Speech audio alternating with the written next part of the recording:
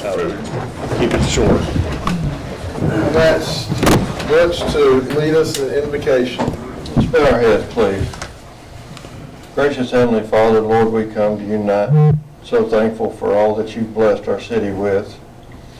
Lord, we ask that you be with our mayor, our council members, our staff and employees. Help them, Father, that we have a true spirit of servitude and we serve the city to the best of our abilities. Lord, we ask that you be with us tonight as we discuss the business of the city. Help us, Father, to see clearly, to choose wisely, and make the decisions that you'd have us to make so that the city can move forward and prosper. We just ask all these things in Jesus' precious name. Amen. Amen. Please join me in the pledge of allegiance.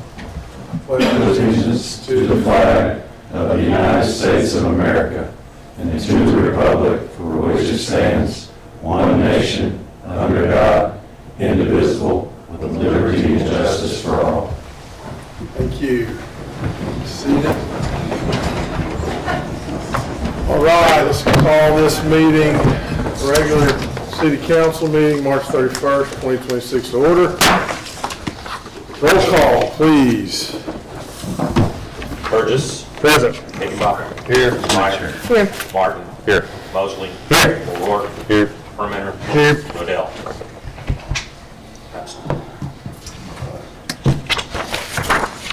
We have a quorum. First item on the agenda is the approval of the minutes from our February 2026 meeting. I hear a motion to Motion to approve. adopt. Second. A motion and a second.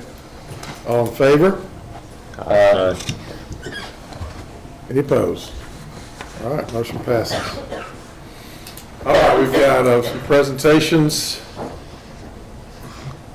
Somebody here? Okay.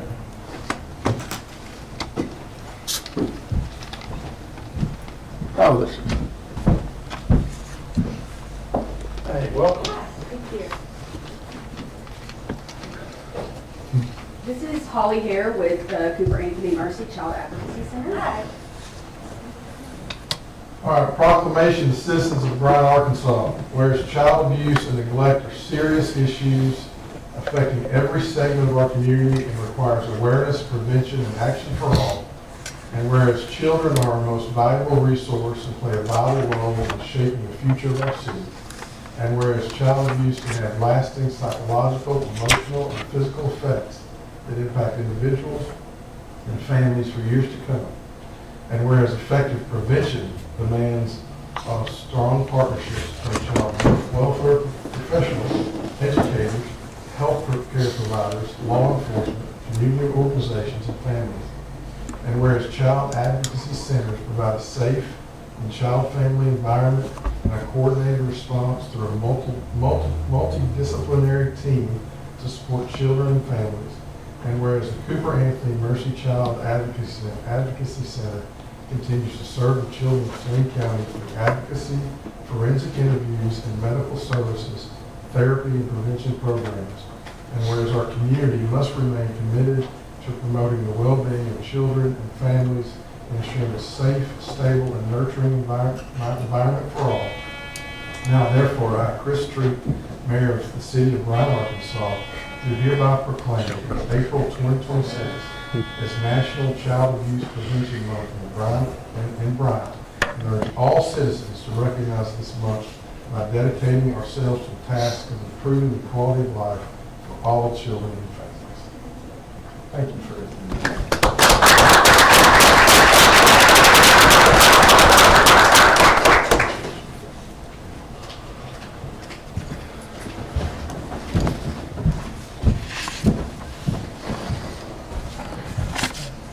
All right. Now, we got a Bryant Leap Forward update from Truett Smith. You may have known him from his time here. If you may, he's So not memorable. You might have put your name and address for the minutes. I will. I'll get them on there. Didn't he work here? It's good to be back. Love seeing all the familiar faces. And here tonight to present on Bryant Leap Forward, something we've been working on and we're excited about. I know many of you have already been a part of it. If we get this. I'm going to turn it on. It's okay, it's his first day. Sorry for that. And we apologize for the other, we're one of 4 on TVs tonight. So with that, I'll try to describe a little bit more for those that can't see this screen. But this is our timeline. So right now we are coming up on the halfway point, which is our workshop week.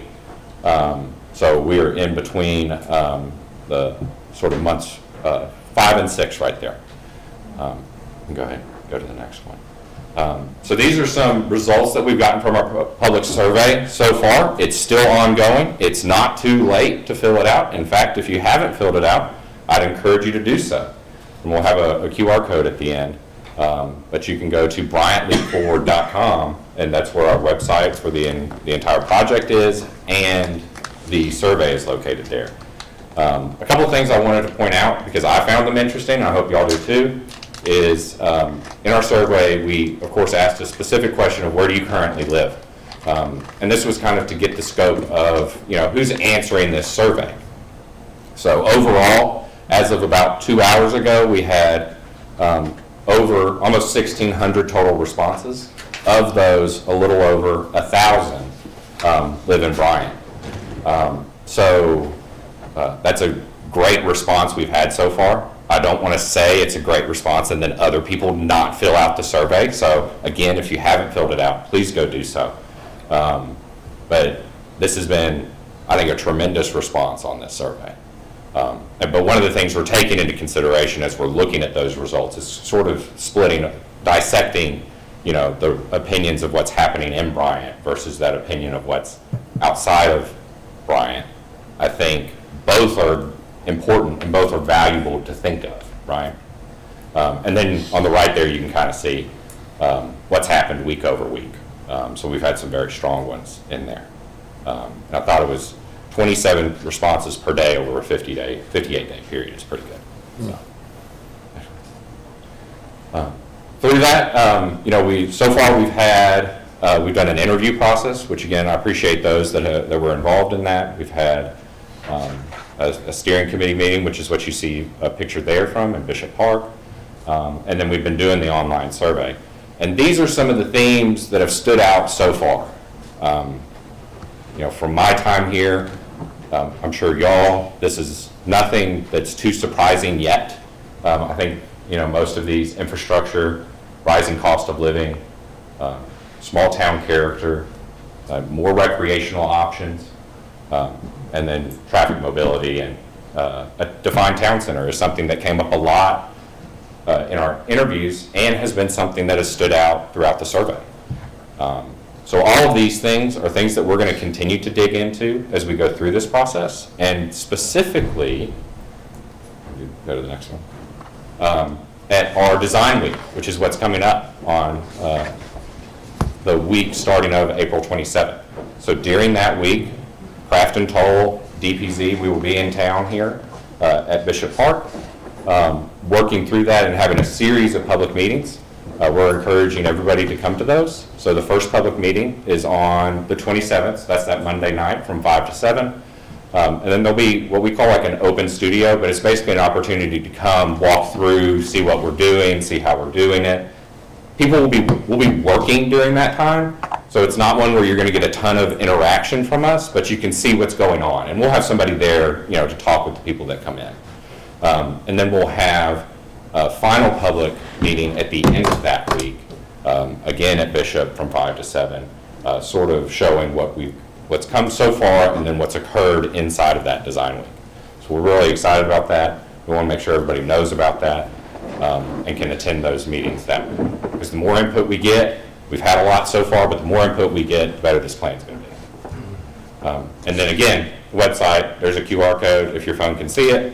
If not, bryantleapforward.com. Please go visit it. So that was brief.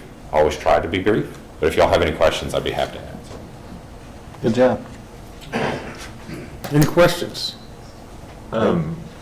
You referenced the 1,500 responses. Like, Yes. in the grand scheme of response rates, like, where does that put us? I mean, is that pretty standard? Is that good, bad? I wasn't going to bring it up. I'm but sorry. you asked. I did a survey here once and 10 people replied to it. So 1,500 is phenomenal. There's been, I just think, and I'm sure your city staff could see too on some of the surveys they've done, like this is a good response. This is a solid response.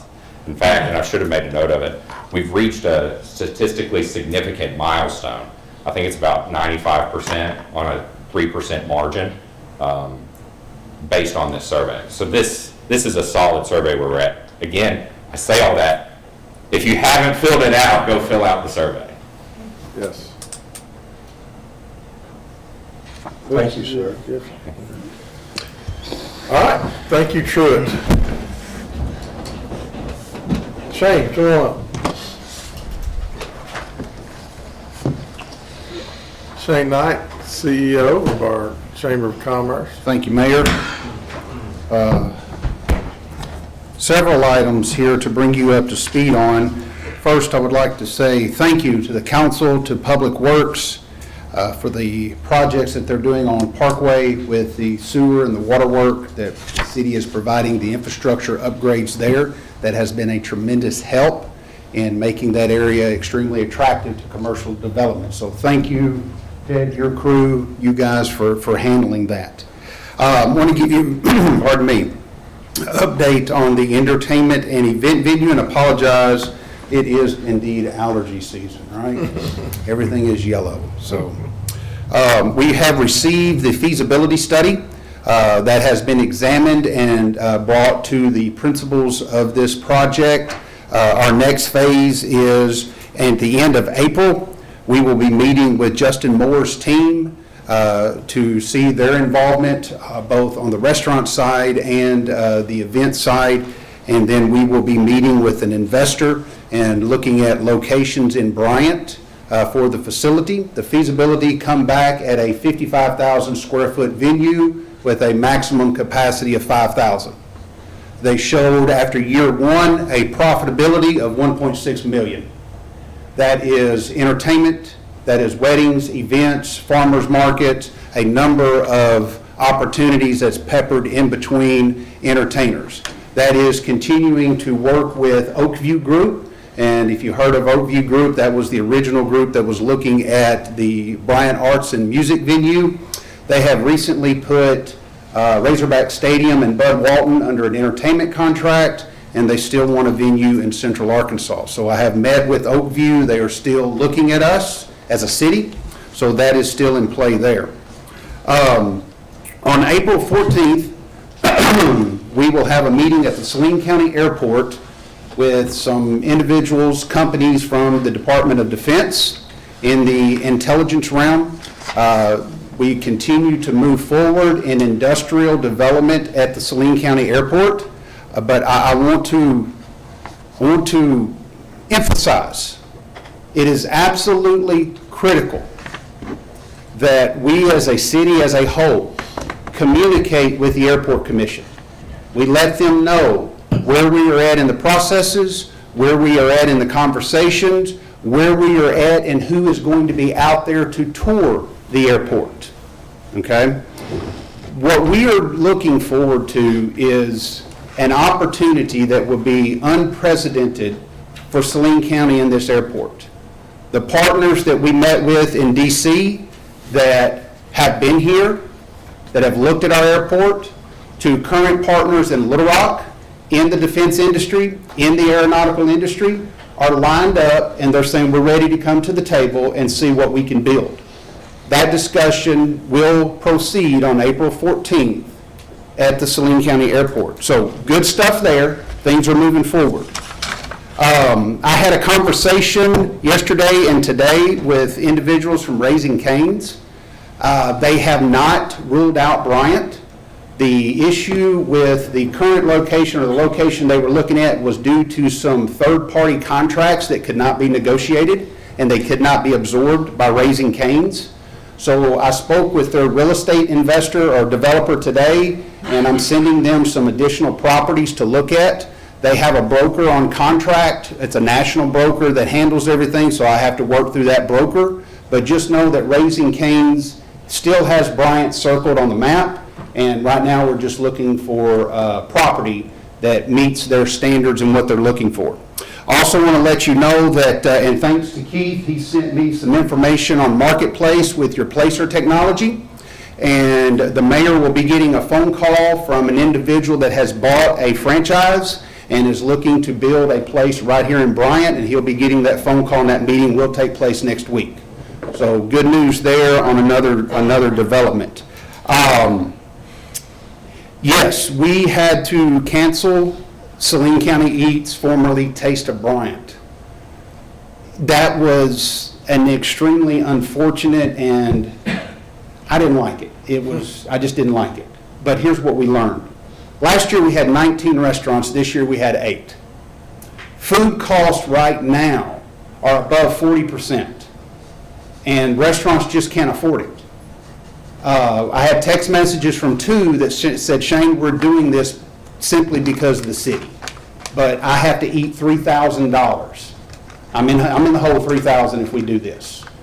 They can't, due to staffing issues, take staff away from their brick and mortar and put them at a remote location, so we called it off. I don't know what the future looks like for this event because we are at the mercy of restaurants, and I want to respect the restaurants, and I don't want to put them in a position that costs them money. Okay, I want them to make money. So what we're doing is this. We met with 3 individuals over at Marketplace, and we are going to be launching a 5-event summer opportunity starting in May. It's going to go through May through September, 1 night a week for about 3 hours. We're going to have live bands, music, food trucks, vendors.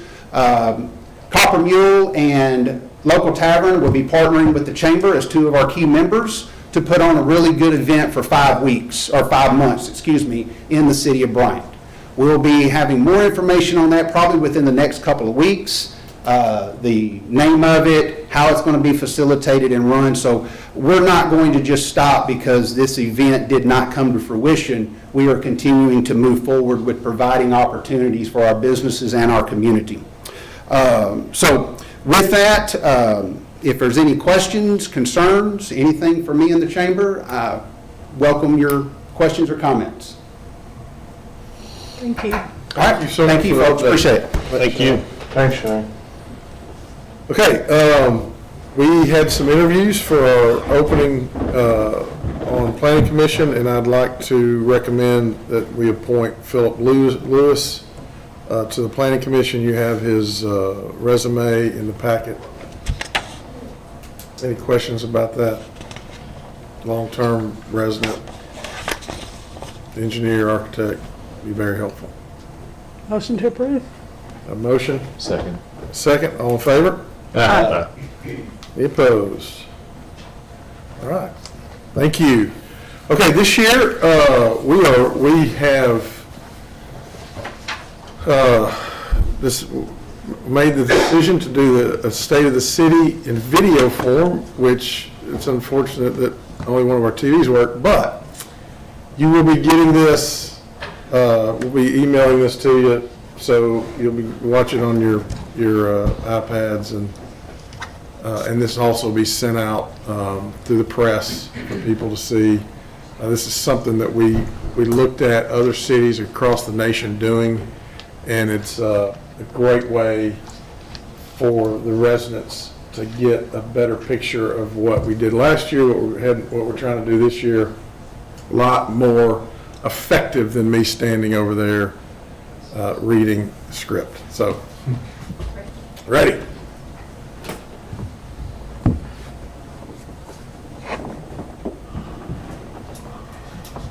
As we look ahead to 2026, it's important to recognize what got us to this point. Bryant continues to grow, and with that growth comes great opportunities and responsibility.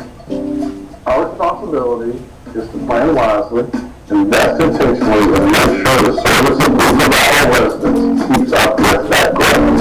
And we continue to one of the fastest growing communities in our region, our city, continues to see steady residential growth, steady commercial investment, and strong demand for city services. With that growth, it's our responsibility to ensure our infrastructure, our public safety, our parks, and our planning keep up with the needs of our residents.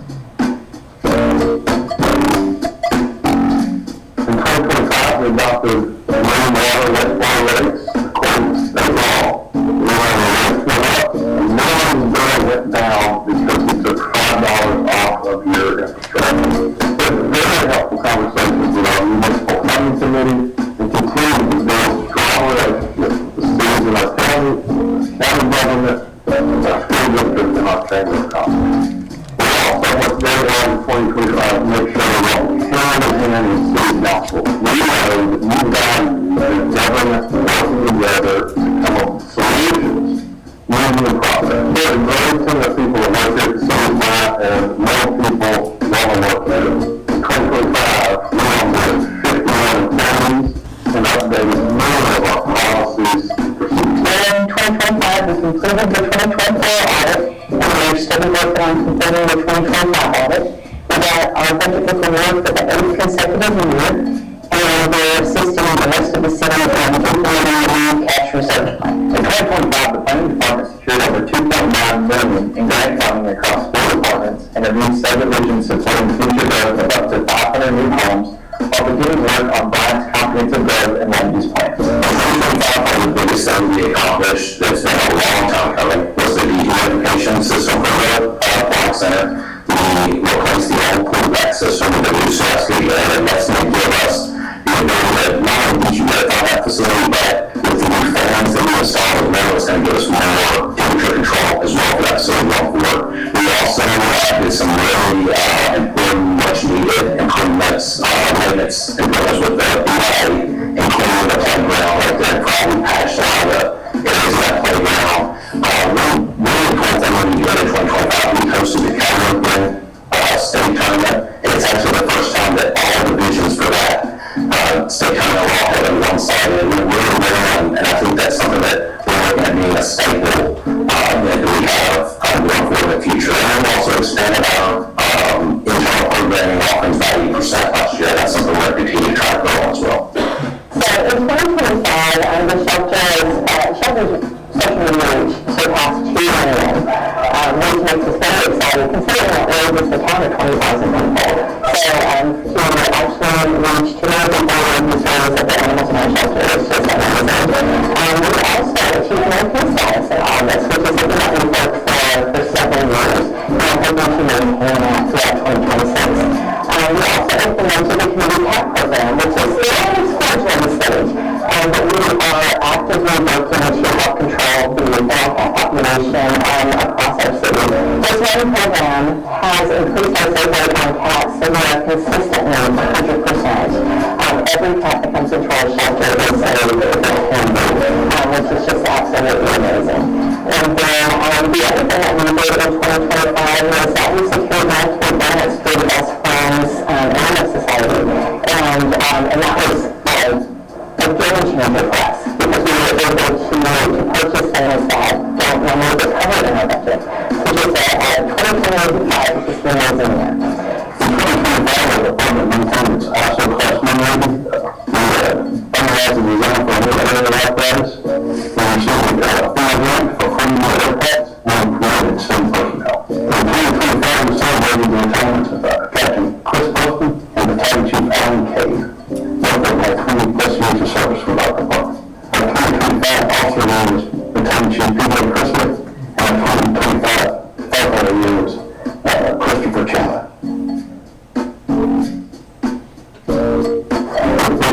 We enhanced our drone capabilities. We purchased a new training annex for our police department. We bought some new equipment for our SWAT team. And we also enhanced engineering with some new network technology. We completed our water and wastewater master plan, which projects our future and what we like to do to put a plan for water and wastewater to secure that those futures. We also completed the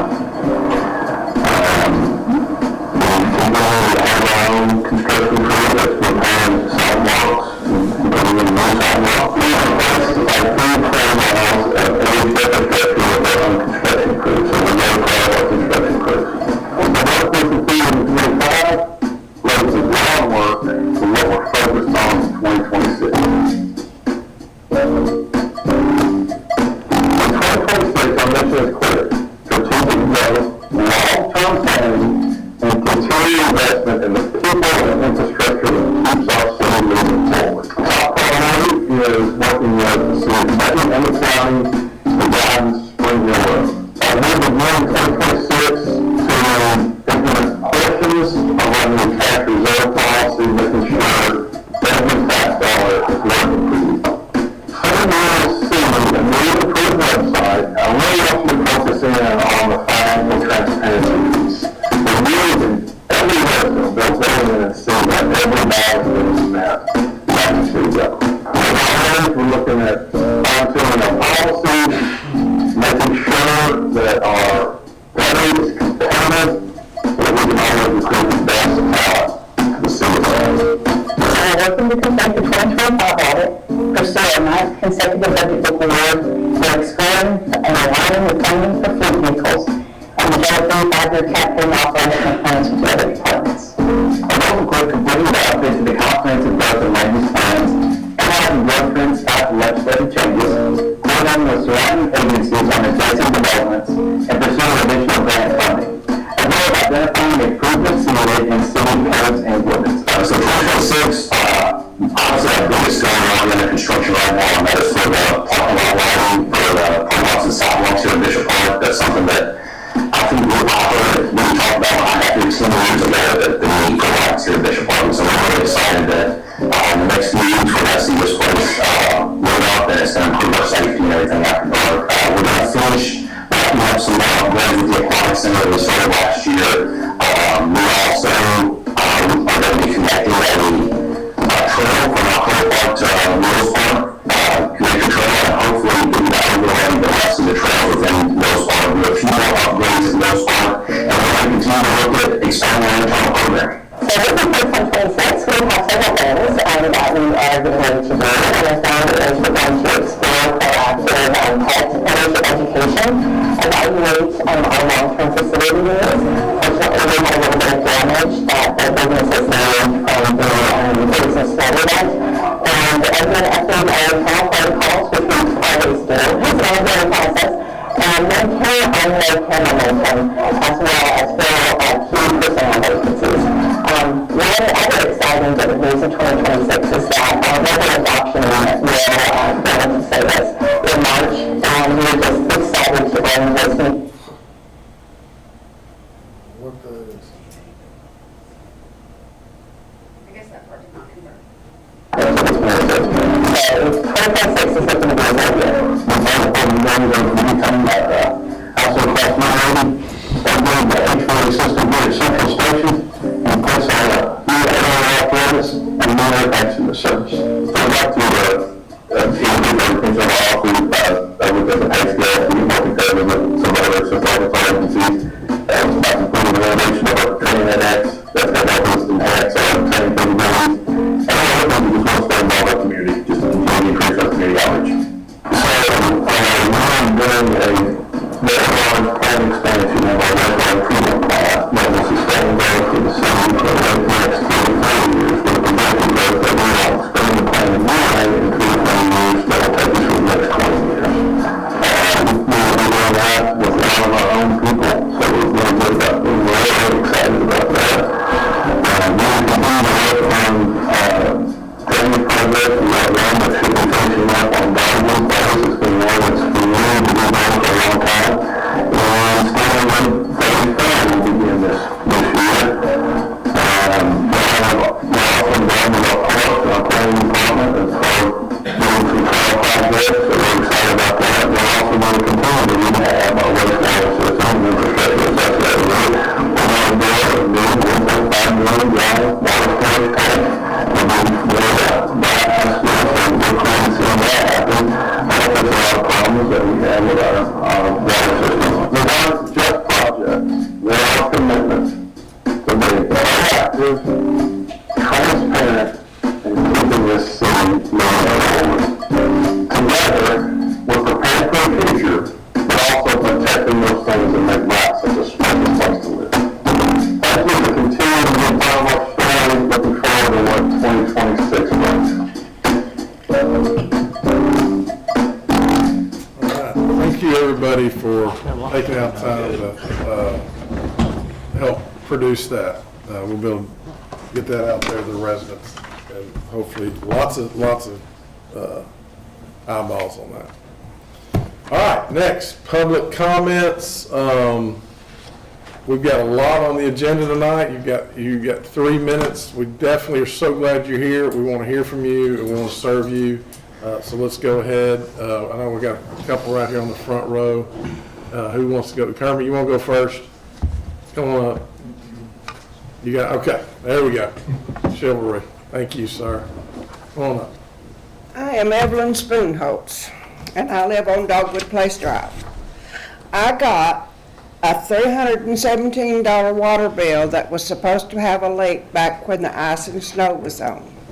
I have fixed no water leaks, but I have exhausted every means to try to get this corrected and have gotten nowhere. Okay.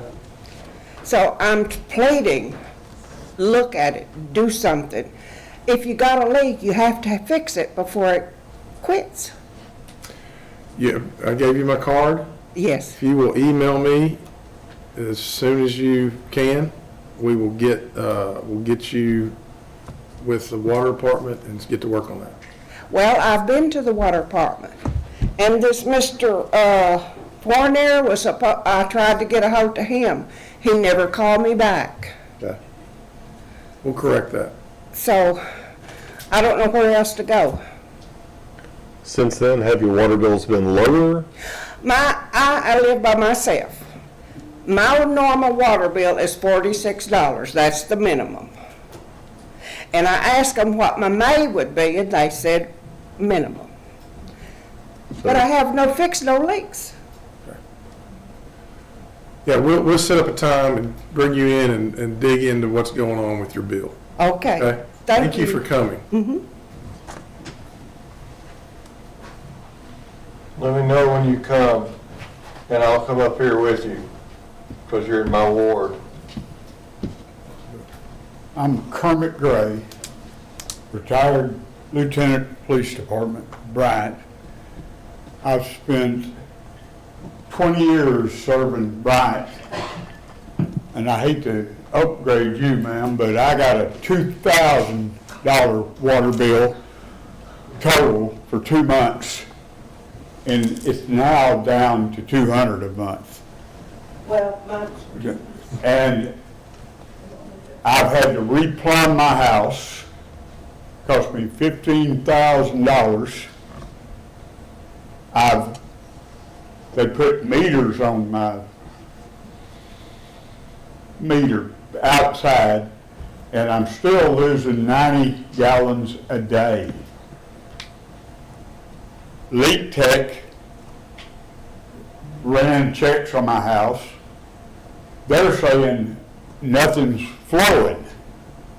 The city meter says I'm burning 90 gallons a day. Now, what makes it interesting is I'm not living there right now.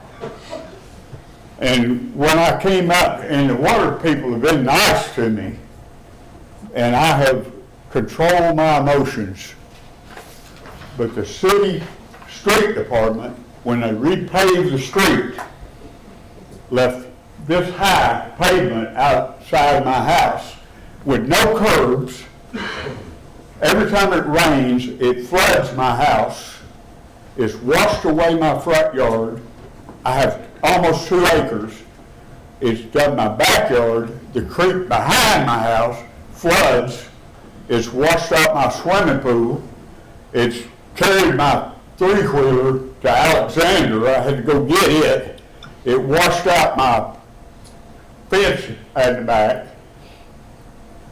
The last time I came to the city council and pled my case, Mayor Jill Dabbs called me and said it was funded to fix that curb.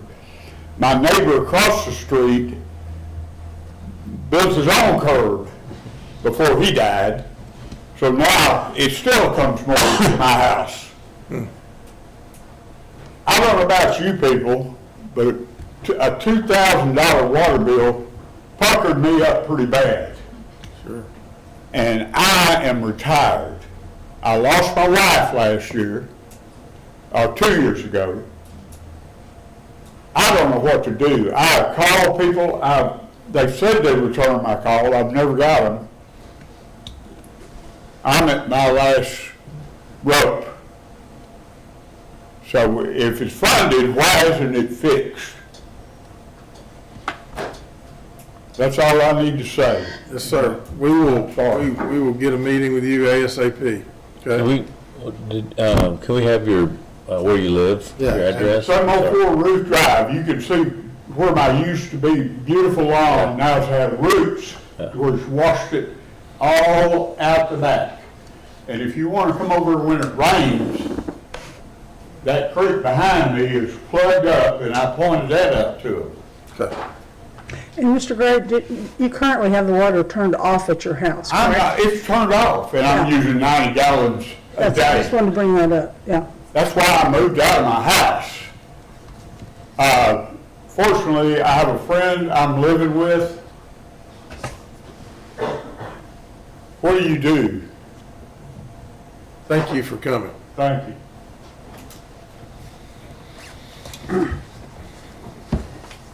Anybody else? Public comments?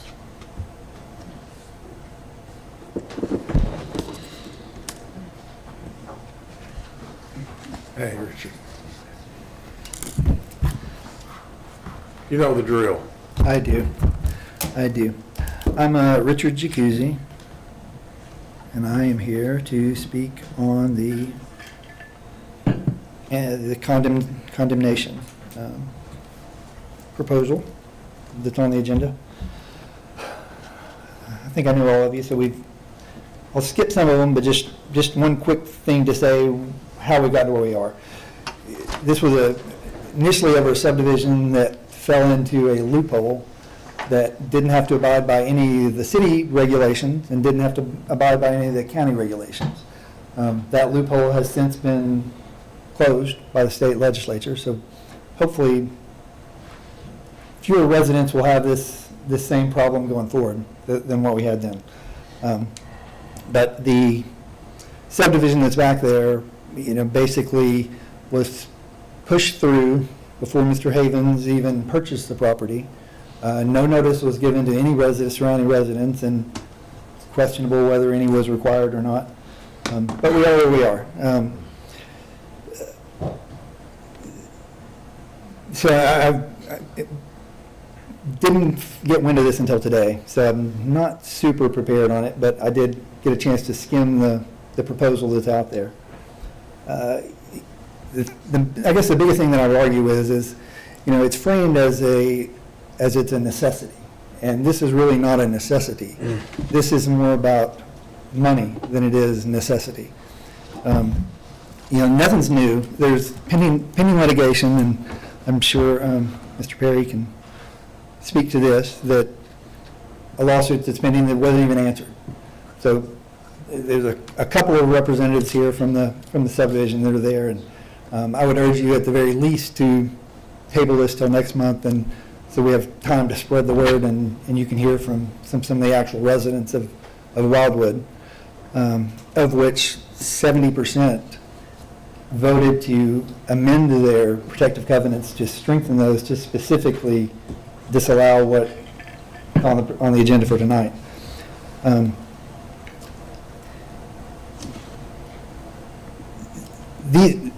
These protective covenants aren't something that's new. There's something that Mr. Havens knew. They've been in place for 60 years. This is no different if we were having a conversation tonight on if he or anybody else wanted to put a Lennar or Rouse subdivision back behind Hurricane Lake. The people who bought property in Hurricane Lake, just like the people who bought property in Wildwood, they bought that property with the anticipation that there wouldn't be lots used for gated roads or access or whatever ends up ultimately happening with that road. They bought their property, just like the Paytons did, who were threatened, directly across the street from this entrance. They bought a property a year and a half ago with the expectation that it was a quiet subdivision, that they knew there could be a house built across the street from them, but that was the anticipation. So I would urge you not to. You have people come in front of you every month, you and the Planning Commission, that are putting together new subdivisions, and they're counting on you to approve these protective covenants to protect the integrity of their neighborhood, not to to line the pockets of different developers. So it's not a necessity. Mr. Havens can still build that subdivision with one entrance. He can just only do it with 99 lots. Thank you, your time's up. Thank you for coming. Would you put me on the list for Mr. Gray when he comes in? Yes, sir. Also, I know that property will. Yes, ma'am. Tell us your name and address. Excuse me. My name is Asha Miller. I've been here a few times over the Wildwood Terrace, as Mr. Jacuzzi was just talking about, and I'm pretty much staying here. It's the face of, what did you say, 70% of the neighborhood do not want any ingress or egress in or out of the neighborhood. The neighborhood is too small to allow the amount of traffic that could happen. And so we're just here, like he said, to just protect the covenants as they were and how they have been amended to make them even stronger. Okay? Thank y'all. Thank you. Thank you.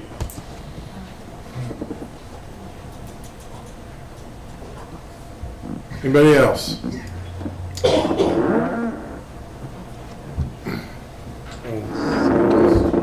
All right, thanks everybody for coming, making your public comments. All right, new business?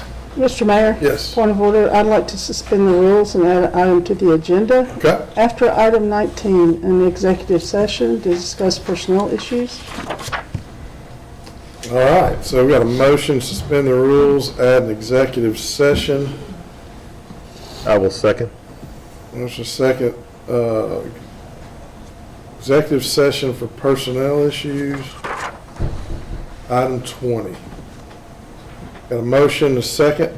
All in favor, or any discussion, sorry. Discussion? All in favor? Aye. Any opposed? Motion passes. All right, let's go to number 7, finance.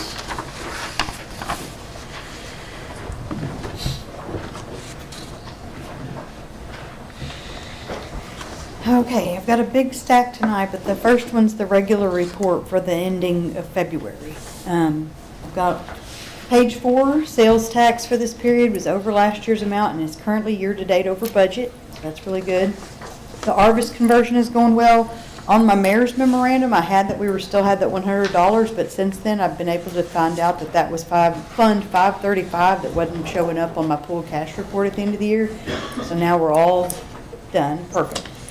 Page 6, I made a lot of revisions to this page this month. The 3 yellow highlighted pieces are grants on this month's agenda. I worked with Rebecca, a lot. Note the Debswood to Evans, $87,000 needs to be changed to parks. It's not streets. It'll be 001-0400 5816 on my next report next month. And the details on the stuff, you'll notice that there's several vehicle insurance and workers' compensation lines that are over budget because that's something that hits for the whole year at the beginning of the year. But they don't yet exceed the category, so I haven't brought them to you, but I plan to correct these in future months so that we have a good amount in there for the 2027 when we start to plan the 2027 budget. Also note that in the far right column of the details, we're at 84% would be about the amount that you would want to look at. As always, I remind you to look at the last page of the report because it gives you a really good overview with all the original budgets, the budget adjustments, and where we stand. Did anybody have any questions on ending February? So you said the insurance was just, it all came due at once, it wasn't amortized month by month over the year? Yeah, we pay But the yearly totals are... Well, we're still short for the yearly totals. Okay. And that happens, it kind of happens every year. We try to guess, but it's difficult to do. So this happens every year, but I did want to point out to you guys because it's kind of a big item. Yeah, I've seen that in my own business. Mm-hmm. So same thing with workers' compensation. Yeah. Good question. Any other questions on ending February? Take a look at page 6. Rebecca and I worked a lot on that, and we're trying to team up to get the next step of that reserve cash policy to include the grants. Have a motion to adopt? Motion. A motion, have a second? Second. Motion is second, all in favor? Any opposed? Thank you. Motion passes. And every year I bring you guys the unaudited previous year's numbers at this time because the state requires that cities put them in by April 1st, on or before April 1st. They will run tomorrow in the Saline Courier. So did anybody have, they're still, like I said, I mean, we're still making lots of different adjustments for the end of the year, but did anybody have any questions? It's also a good overview of everything, kind of give you a little synopsis. The state leads the way that's presented, you know, there's a guideline on it, so. Have a motion? Motion approved. A motion. Second? Anybody? Second. John, second. Thank A you. motion second, all in favor? Aye. Any opposed? All right, motion passes. Okay, the third item is Resolution 2026-12, and it's for budget adjustments.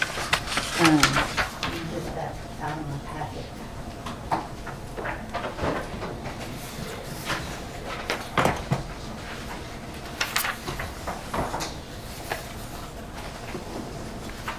So, I added the last little bit of 188 Bryant Parkway money. You know, we didn't know at the end of the year how much we were gonna spend through the end of the year. We're down to just the very tail end of it. I'm really hoping to spend it, by the 3-year mark, which would be the end of April, so fingers crossed. It's the match on that grant, so there is a chance that we're gonna make that, and so I put that in there. The impact, 550 and 555 amounts, did anybody have any questions on those? There was a lot kind of in the packet on those. I did have, I worked with Mariah to put in this notification on the change on page 82 of the budget book. They were originally budgeted for the capital projects, Woody Drive to Steeplechase, but due to the Highway 5 widening plans, they're not going to do that one, so they're going to take that and change it to another capital project.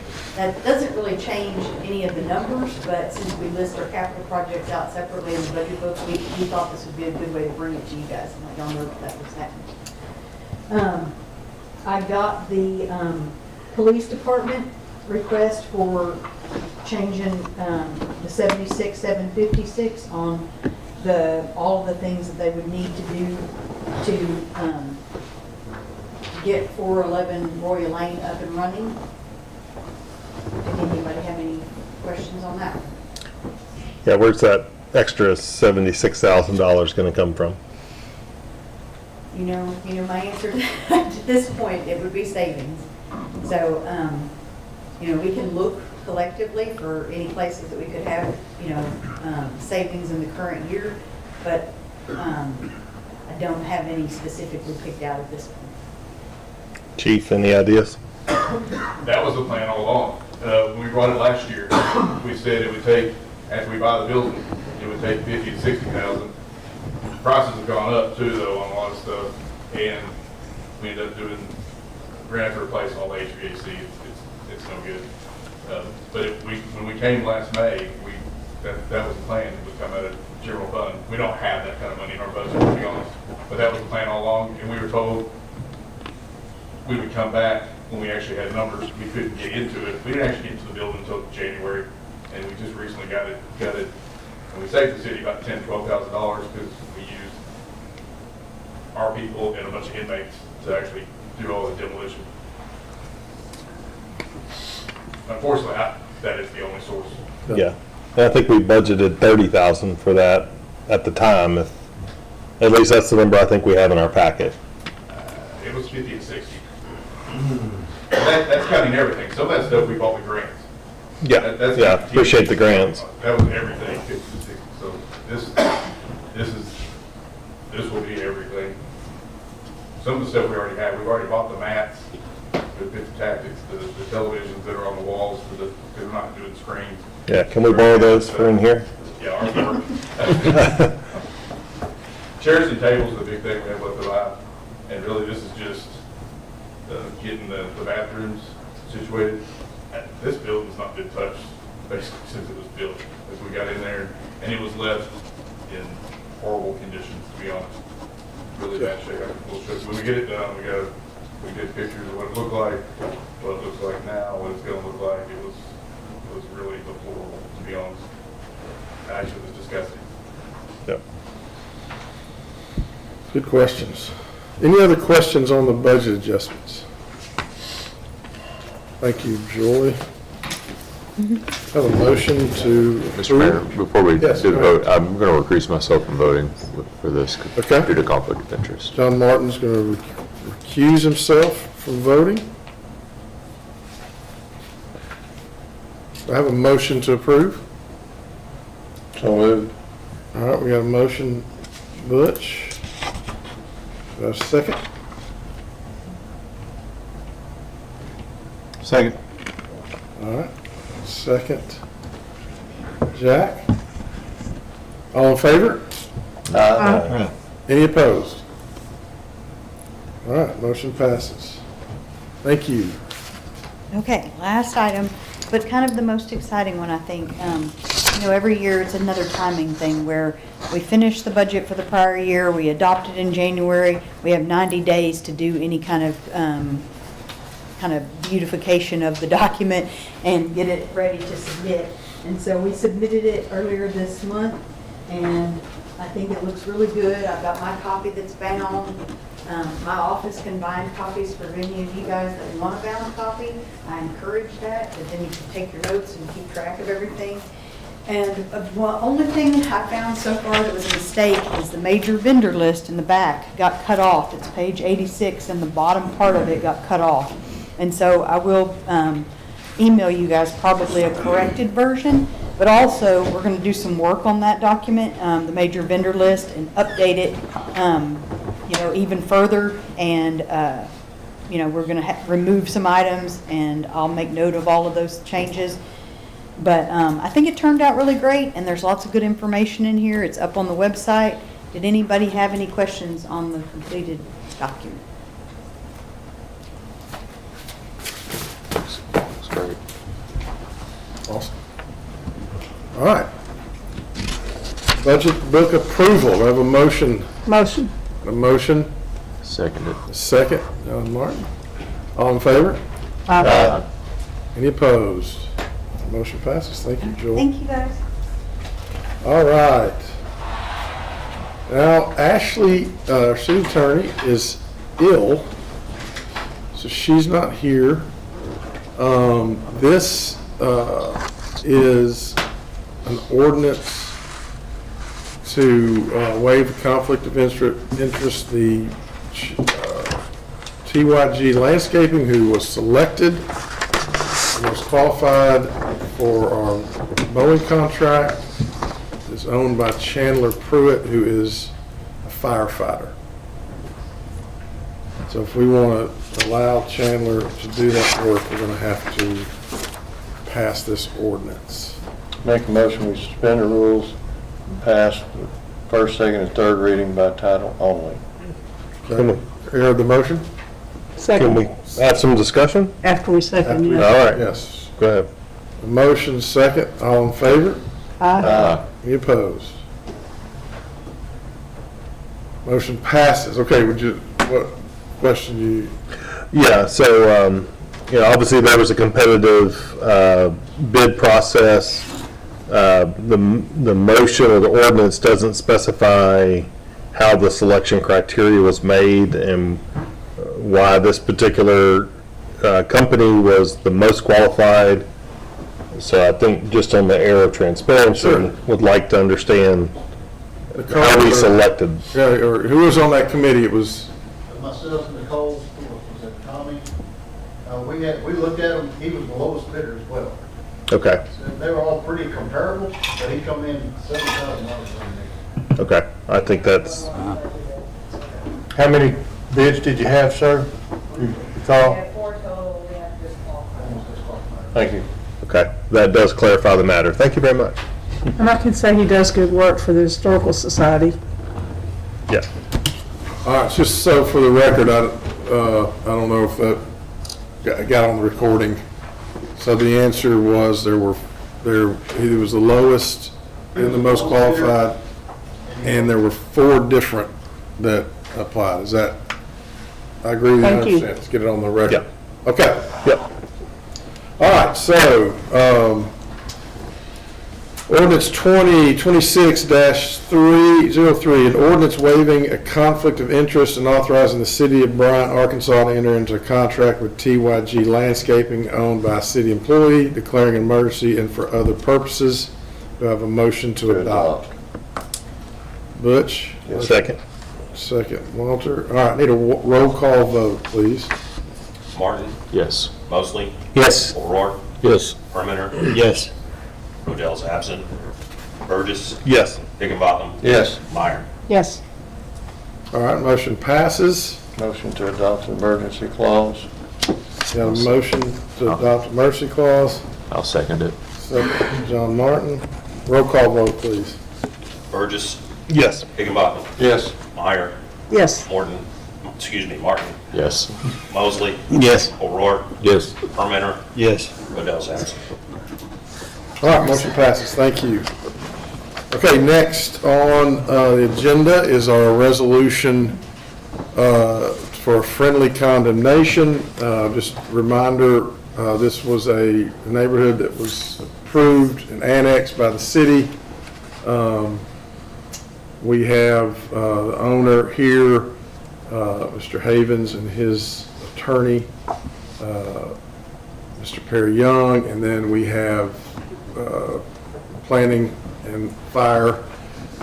So this is the required by state law emergency exit. If you want to, Chief, you want to talk a little bit about those requirements? The requirement is, for subdivisions that have 30 or more homes, we require a second exit. The exit, they're talking about traffic and everything, the exit will be controlled with a gate and a lock that only we have a key to. So it should be only fire trucks coming through, in and out of that exits. Fire truck's accessible through there. Yes, and that's just for emergencies. That way we have an exit. If we have to open it up for traffic to get out in case of an emergency, emergency or something like that, we can do it, so. But you'd be in control of it. Yes, we're the only ones, the fire department would be the only ones that have the key to it, so. Awesome. Okay, any other questions? All right, thank you. Any other? Yeah, I have a question. Yes, sir. It's rather unusual for property to change hands for $10. Could we have some explanation of how we came to that? It was Ashley writing this, our city attorney writing this resolution. Okay. And there needed to be. I would like to buy all the $10 land that's available. Any commitments made to the landowner outside of this agreement? Okay. And why are we choosing the condemnation path versus the buy path? Why don't we just flat outright buy it? This was agreeable to the landowner, and it allows the city to put in the emergency infrastructure that we need to put in. Is that not allowable if they own the land? City owns the land? You can, if you own the land, you can do whatever you want to with it as well. So I don't see the reason for condemnation, friendly or not. I apologize. I wish Ashley was here. I'm feeling better, but. Maybe we should table this until next month, and hopefully Ashley will be here. That's your call. I don't know that it's going to change. I mean, She might have a better she wrote this, explanation, and so. to come before you is this is the path forward to provide the emergency access for the development that we approved and that is currently being developed.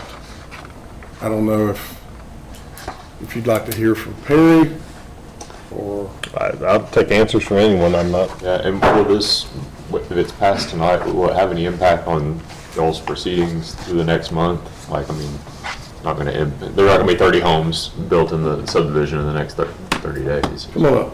Okay. Good questions, thank you. It's not that we think the road is, I think it's what's best for the city, Sure. protecting the city. Ultimately, sure. That's the goal. Yeah. Good evening, ladies and gentlemen of the council. My name is Perry Young. I represent Havens Development. Who is the developer of that? I don't want to follow Mr. Jacuzzi down point by point, but I will just point out that there is no loophole. It did have to meet city codes, or extraterritorial jurisdiction would mean nothing. I don't know about any ongoing lawsuit. There certainly aren't any orders entered that would prohibit this. It's not illegal. It's not contrary to any court of jurisdiction's direction.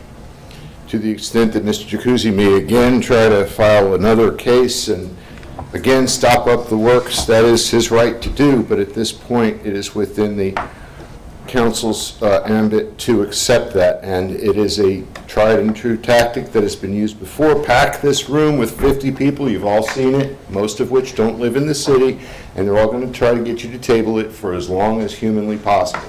This is being run by a non-resident who doesn't even live in the Wildwood Terrace subdivision. And to say that they strengthened their bill of assurance, that's quite a stretch of the truth. It actually gave everybody with a non-conforming variance a way out, while saying we're strengthening it as to the ability of a fire truck to get through this emergency entrance required by state law however often a fire truck might go through there, twice a week. Is that really going to impact anybody's standard of living? And lastly, to the point that there was an expectation of a rural subdivision, I developed myself. I have 60 acres at Hurricane Lake. Unfortunately, it's in the great city of Benton and not the even greater city of Bryant. But that said, I hear every day that people say, well, I bought with the thought that it would be wooded forever. No, nobody promised you that, and if you wanted that, you should have bought that yourself. These are the natural progressions of city development, which has been twice okayed by the city, one when it came to final plat approval, two when it came to annexation. All we're trying to do is meet the state requirements with as minimal impact, with as minimal footprint as possible. And my fear is that if this gets tabled till next month, it'll get tabled to the month after that, and the month after that, and eventually there might be a court order that this board is going to have to follow. At this point, there's no impediment to allowing for this state-mandated emergency fire egress and ingress. And the best way to do it, so there's no questions about the city's authority to use it in a manner contrary to that agreed to by private citizens, is the condemnation route. If anyone has any questions, I'd be happy to answer them. I think, Who owns this little sliver of property? Todd Havens. Oh, okay. Thank you very much. Thank you for your time. Thank you. All right, if there aren't other questions, I have a motion. Well, I mean, the only questions were about the condemnation and the $10 deal. I mean, hearing Ashley's reasoning behind outright buying the property and condemning it. I'll make a motion to delay till next month. Table till next month. Second. That was a second. I'd like to discuss. Yeah, let's discuss the tabling. We have a motion second to table. Can I ask Chief, is this going to cause you any problems between now and next month? If they have 30 homes, they can't They don't. occupy over 30 homes. How many they got? That's state law. How many do you have, Mr. Havens? Close. There's 0 homes that are occupied. But we have close to 30 homes under contract. All right. Under contract, right? Is that what he said? After, proceed. Any other discussion on tabling? If it's state law, what are we go from there? It's fire code. All right, got a motion, a second to table. So the piece of property that we're condemning belongs to Mr. Havens? Yes. It's a friendly And this- condemnation. yes. His property Okay. for the exit of his development. All right, I got a motion and a second to table. Any other discussion? That's the cleanest way, and I think he just said that, that's the cleanest way, instead of selling it or whatever. I was told that's the cleanest way to transfer ownership, where it's clear and bulletproof. I can tell you, Mr. Brutus, I appreciate your concerns. I've spoken to Ashley, but that's her opinion as well. Yeah, I think it helps knowing that Mr. Havens owns the property and that. And I think that makes a little more understanding, yes. Yes. So I'll withdraw. You can't. You gotta vote it down. Okay, we'll vote. Got to be voted on. It was your motion. It was, but Robert's Rules of Order say that we have to vote it Okay, down. all right, so, all in favor of tabling this resolution to next month? Say aye. I'll say aye, just for fun. Okay. Opposed? No. No. All right, motion fails. All right, do I have a motion to accept this resolution? Motion. A motion? I'll second it. Second by Butch. Okay, got a motion and a second to accept this resolution. Do we have any discussion? I think we've discussed. Okay, all right, I just don't want to Call the question. hurry you. Okay. All in favor? Aye. Any opposed? Yes. Motion passes. Thank you. All right. Charlotte Roux, back from Paris, France. Great pictures, by the way. Thank you. Welcome back. Coming, I'm Glad you only on made day it. 6. Got a lot more to And go. this is the topic of, was our Yes, workshop. I have the resolutions to accompany the discussion that you all had during the workshop. The first one is the resolution to adopt the updated Public Works organizational chart. I still have a concern over the auditing of the person we're replacing and her responsibilities. Because we've had an issue already in the past. And I don't know that I like the second set of eyes, as Ms. Black well knows, in appointing extra people in the city. Can I ask, the position's being eliminated, and I'm just hearsay, so I'm asking the source. Was that position not put in place specifically to strengthen the financial, what's the word I'm looking for? Compliance? The savings? Is that No. what you're thinking? No, when the position was created, was it created to strengthen our financial position in a way of that it's transparent and audited and, purchases are reviewed and things like that? To be honest with you, no. It was Okay. created as an inventory position. It was what? It was strictly inventory. Inventory position. Inventory. Okay. So the inventory role is now being absorbed by the superintendents. Okay. Ted was not the Public Works Director when the position was initially created. I think you might be able to explain a little bit better what the actual purchasing process is in Public Works, and if that role is truly the second set of eyes that I'm understanding you guys think it might be.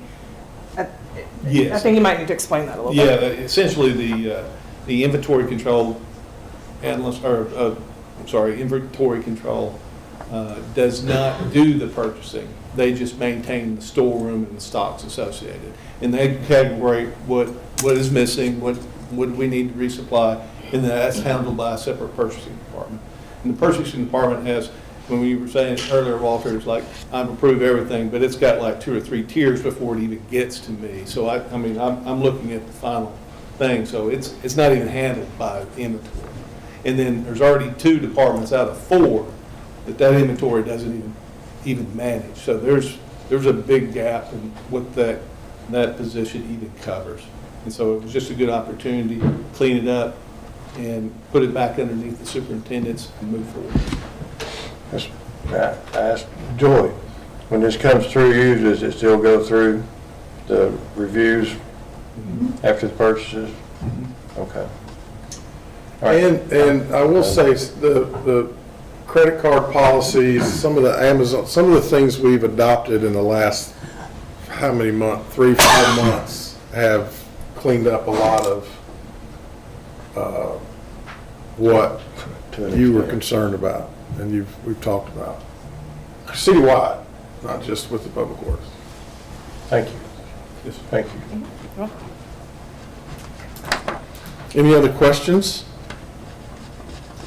I have a motion to approve the Public Works organizational chart and the attached job descriptions and pay ranges. I have one question for Ted. Ted said this is for 2026, and you said wait till we see 2027. What do you anticipate? Well, I mean, once again. I mean, is this a cut to just come back again in 2027? Well, there's a potential that we may have to add head count, but right now, we're covering all our bases with the vacancies that we have. And so we're still open and we're still working. So, you know, I don't anticipate that we'll have to add hardly anything, but there's always a potential. Because actually, I heard something new in the state of the city, that we hired 51 people last year. Yeah, went in public works. That's a lot. It's actually quite common, and a lot of that it's a pretty average number, and a lot of that is part-timers. The lifeguards accommodate for probably 25 of those people, if not more. And we do that every year. So the number seems, I get a little shocked by it too. I'm like, what? A lot of that is that, yeah, we stay busy, but I don't see any changes of this level of magnitude in 2027. I see potential for some minor tweaking. I would hope that this plan is going to stick for several years without a major overhaul. When's the last time we overhauled it? It's been a constant slow burn It's through been the growing by last leaps 2 and directors bounds. that I've worked with. It hasn't been an official restructure consideration, but it's been a constant adjustment of head count, basically, through the last 2 directors. Ted, the only other question I have, the maintenance division that's going to be created that we haven't really addressed, like they have a workshop that they can work in now. They do. Okay. And to be clear, those positions are only intended to handle public works. The discussion about looking at doing other cities is a discussion for another time. Okay. I mean, the rest of the services. Sure. We need that to be able to handle the fleet we have. Okay. And so we have a 2-bay garage that we can work out of. It's just in a bad state. We Okay. need to be looking, projecting, and budgeting for a new facility. Just wanted to make sure we weren't going to approve positions No, that they're like, we're okay, not. we don't have any This repeat is- work this is- now. Yeah, So, this is okay. employees only. Okay.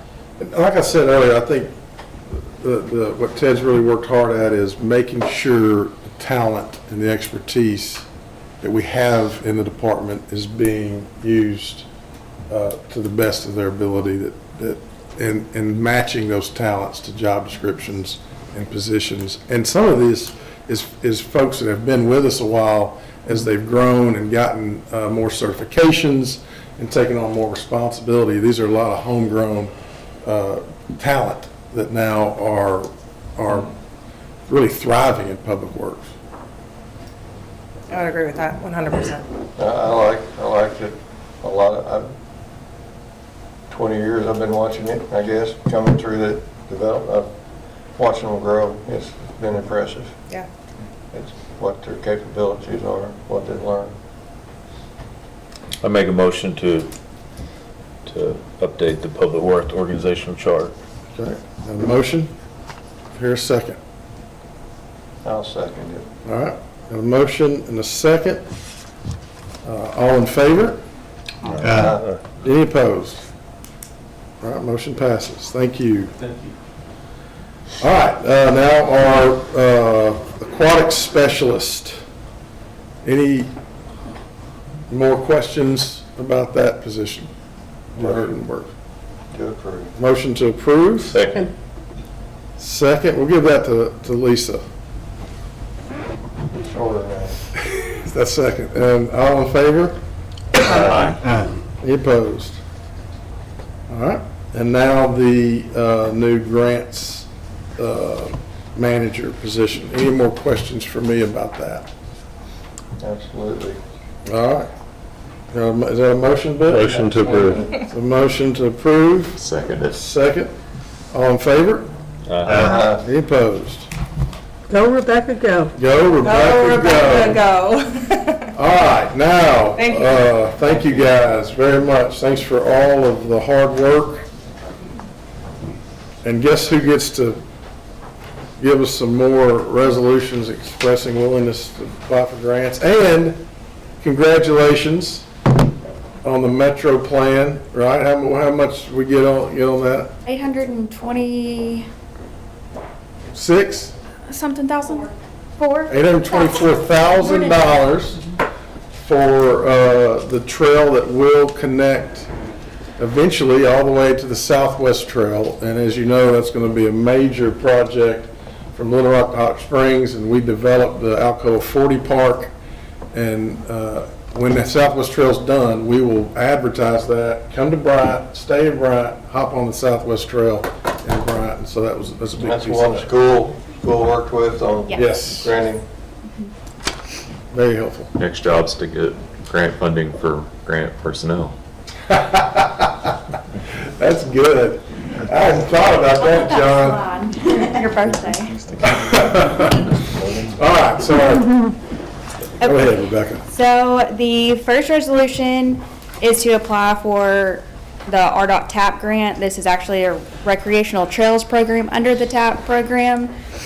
We'd like to apply for the Mills Park Trail Overlay. So as y'all probably know, Mills Park Trail is heavily used. There's tree roots coming through. The pavement is very uneven.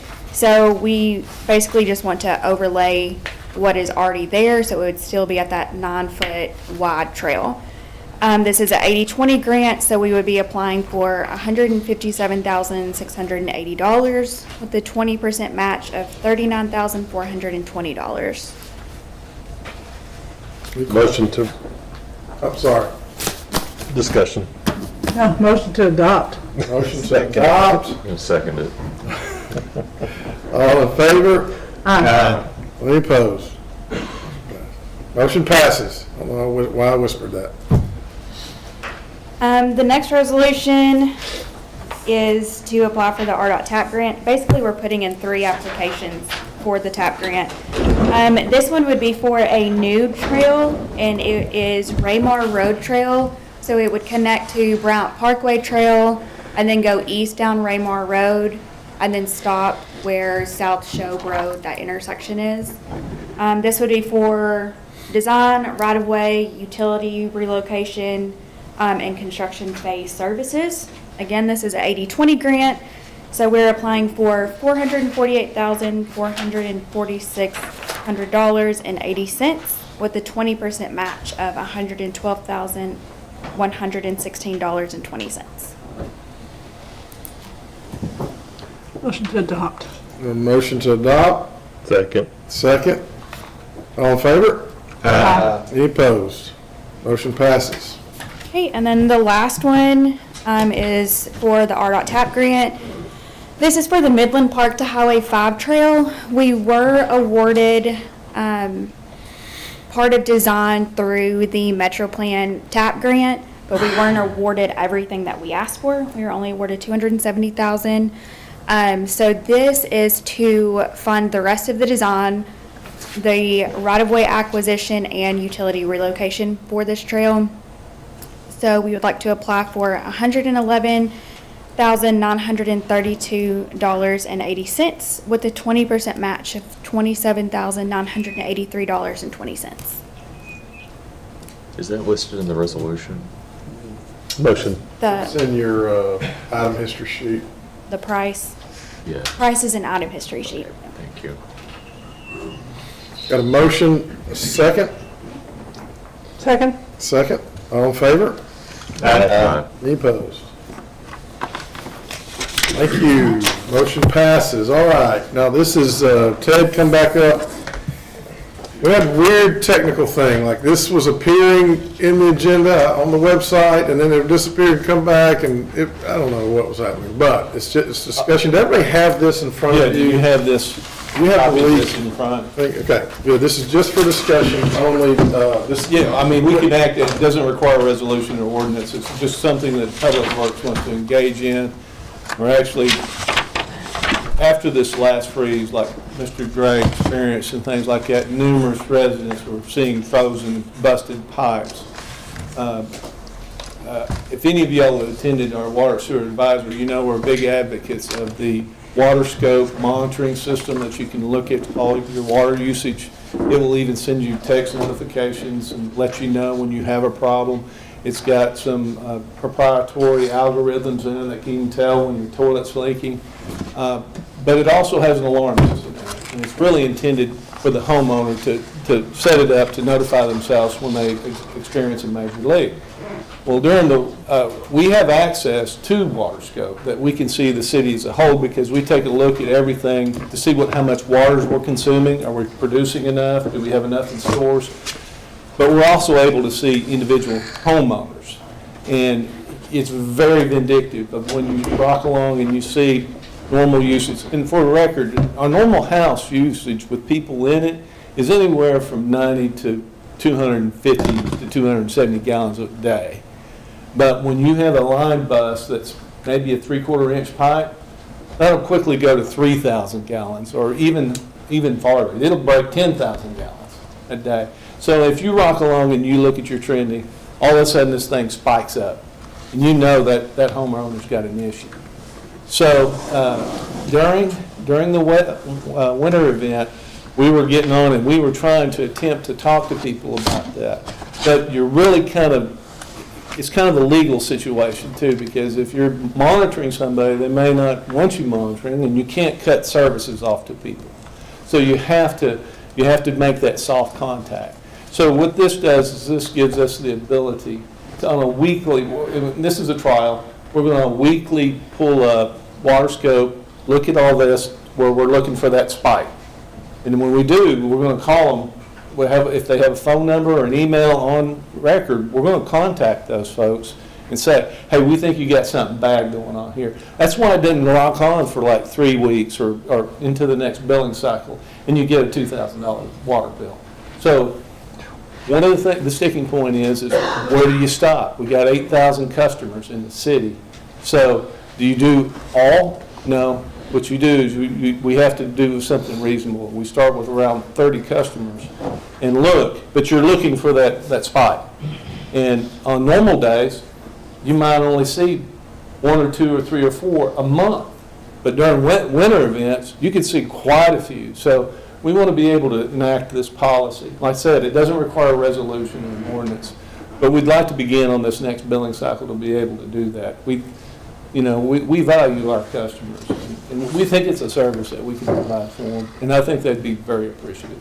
So I just want you all to be aware of that and how we're going to start that process.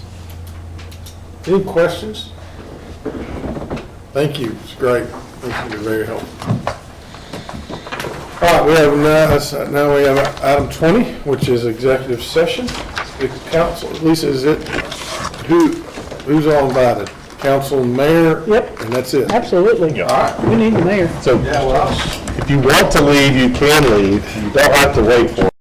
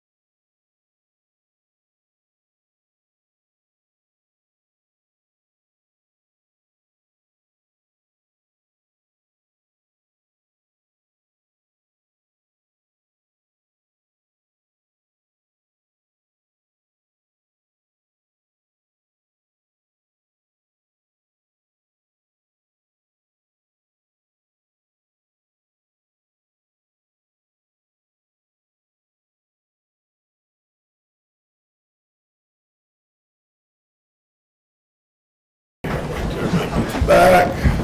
Thank you for your patience. Yes, thank you for your patience. There's no action taken in the executive session. So that leads us to council comments. Who wants to go first?